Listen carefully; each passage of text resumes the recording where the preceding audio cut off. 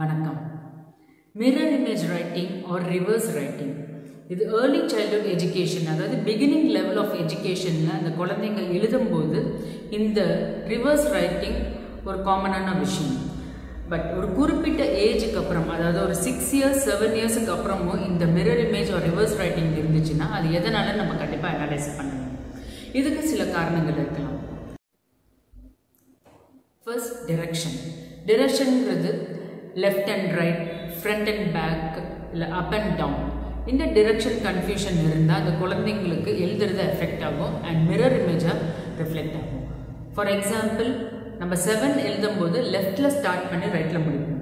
ஆனால் இந்த direction confusion இருந்தால் அந்த குழந்தைங்க ரைட்டில் ஸ்டார்ட் பண்ணி லெஃப்டில் முடிப்பாங்க. ஸோ அது எழுதும்போது மிரர் இமேஜாக ரிஃப்ளெக்ட் ஆகும்.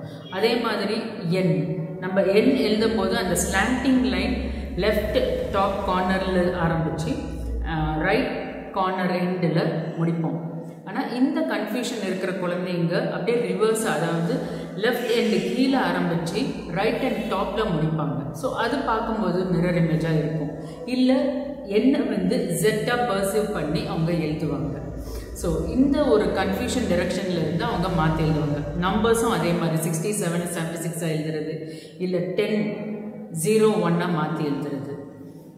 அடுத்தது விஷுவல்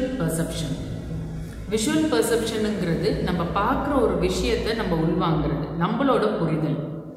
அந்த விஷுவல் பர்செப்ஷன், ஃபார் எக்ஸாம்பிள், உதாரணத்துக்கு பிஎன்டி காமனாக இருக்கிற ஒரு confusion and reverse writing.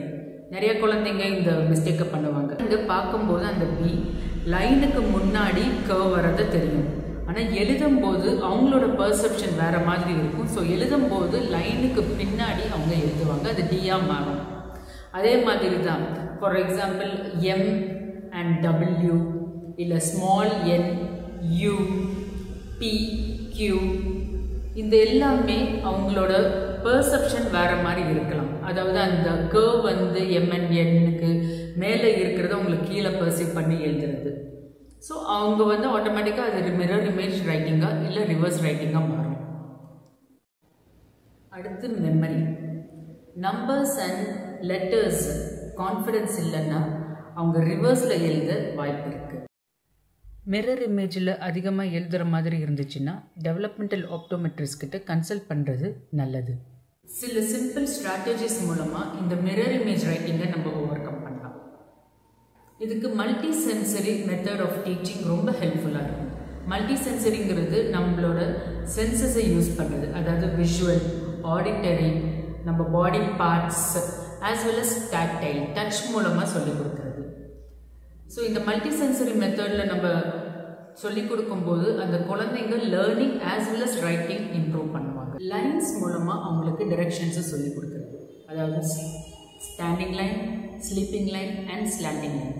Standing லைனில் நீங்கள் அப் அண்ட் டவுன், அதாவது நீங்கள் அந்த ஸ்டாண்டிங் லைனை போட்டுட்டு அதுக்கப்புறம் அந்த corners 2 different colours of sketch or மார்க்கரை யூஸ் பண்ணி அவங்களுக்கு நீங்கள் ஒரு சொல்லிக் கொடுக்குறது அப் அண்ட் டவுன். இது அதே மாதிரி ஸ்லீப்பிங் லைன் அண்ட் டைரக்ஷன் நீங்கள் different colour of marker or ஸ்கெட்சை யூஸ் பண்ணும்போது, ஃபார் எக்ஸாம்பிள் உங்கள் ஞாபகத்தில் வச்சுக்கிறதுக்கு ரைட்டுக்கு ரெட்டை யூஸ் பண்ணுங்கள், ரெட் ரைட் அப்படின்னு யூஸ் பண்ணால் அவங்களுக்கு ஞாபகமாக இருக்கும். அண்ட் ஸ்லாண்டிங் லைனுக்கும் அதே மாதிரி தான். ஸோ அவங்களுக்கு அந்த டைரக்ஷன் இந்த லைன்ஸ் மூலமாக நீங்கள் சொல்லிக் கொடுங்க. ஏன்னா இந்த writing lines play a major role.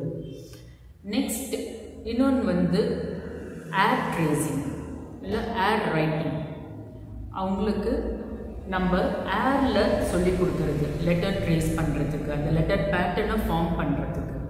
இந்த ஏரில் சொல்லிக் கொடுக்கும்போது மேக் ஷுவர் நீங்கள் அந்த குழந்தைங்களோட ஆப்போசிட் டைரக்ஷனில் இல்லாமல் அவங்களோட டைரக்ஷனில் இருக்கீங்கன்னு. ஏன்னா ஆப்போசிட் டைரக்ஷனில் இருக்கும்போது அந்த லெட்டர் ட்ரேசிங் அவங்க பார்க்குறது ரிவர்ஸ் ஆர் மிரர் இமேஜ் ரிஃப்ளெக்ஷனில் திரும்பவும் ஒரு மிஸ்டேக் ஆக வாய்ப்பு இருக்குது.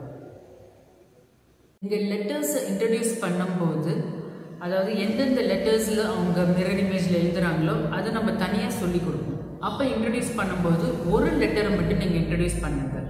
ஃபார் எக்ஸாம்பிள், நீங்கள் பி அண்ட் டி சொல்லிக் கொடுக்குறீங்கன்னா பி அண்ட் டி ஒன்றா சொல்லிக் கொடுக்க வேண்டாம். ஃபர்ஸ்ட் பியை சொல்லிக் கொடுத்துட்டு ஒரு 4 to 6 days கண்டினியூஸ் ப்ராக்டிஸ் முடிச்சுட்டு அதுக்கப்புறம் நீங்கள் நெக்ஸ்ட் லெட்டர் டியை இன்ட்ரடியூஸ் பண்ணுங்கள்.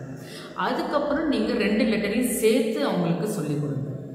அண்ட் பிஎன்டி இருக்கிற வேர்ட்ஸ் நிறைய, அந்த சிவிசி வேர்ட்ஸ், 3 லெட்டர் வேர்ட்ஸ், அந்த மாதிரி வேர்ட்ஸ் நிறைய யூஸ் பண்ணி அவங்களுக்கு ரீடிங் கெப்பாசிட்டியை இன்க்ரீஸ் பண்ணுங்க. ஸோ அந்த மிஸ்டேக்ஸ் வந்து பண்ண வாய்ப்பு இருக்காது.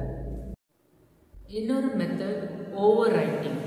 ஓவர் ரைட்டிங்னா அந்த லெட்டர் வந்து ஒரு குறிப்பிட்ட ஒரு ஃபாண்ட் சைஸ், ரொம்ப பெருசாகவும் இல்லாமல் ரொம்ப சின்னதாகவும் ஒரு மீடியம் சைஸ், அதாவது அந்த பேப்பரோட மீடியம் சைஸ், உதாரணத்துக்கு ஒரு 6 சென்டிமீட்டர் ஒரு 7 சென்டிமீட்டர் அளவுக்கு நீங்கள் ட்ரேஸ் பண்ணுறதுக்கு அவங்களுக்கு எழுதி கொடுங்க. அந்த ட்ரேஸ் பண்ணும்போது அவங்க அது மேலேயே ட்ரேஸ் பண்ணிக்கிட்டே இருக்கணும், அட்லீஸ்ட் ஒரு 10 டைம்ஸ்.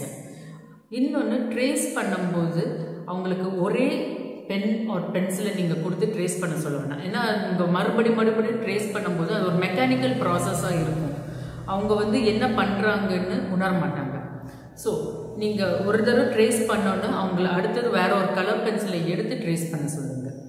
இல்லை கிரேயான்ஸ் ஒரு ஸ்கெட்ச் எதுவாக இருந்தாலும் வேறு ஒரு ரைட்டிங் மெட்டீரியலை எடுத்து ட்ரேஸ் பண்ண சொல்லுங்கள். ஏன்னா அவங்களுக்கு ஒரு கேப் கிடைக்கிது, ஒரு சின்ன ஒரு மைனர் கேப் கிடைக்கும்போது திரும்ப ஃப்ரெஷ்ஷாக அவங்க ஸ்டார்ட் பண்ணுறாங்க. ஸோ அது மெமரி ரிட்டென்ஷனுக்கு ஹெல்ப்ஃபுல்லாக இருக்கும்.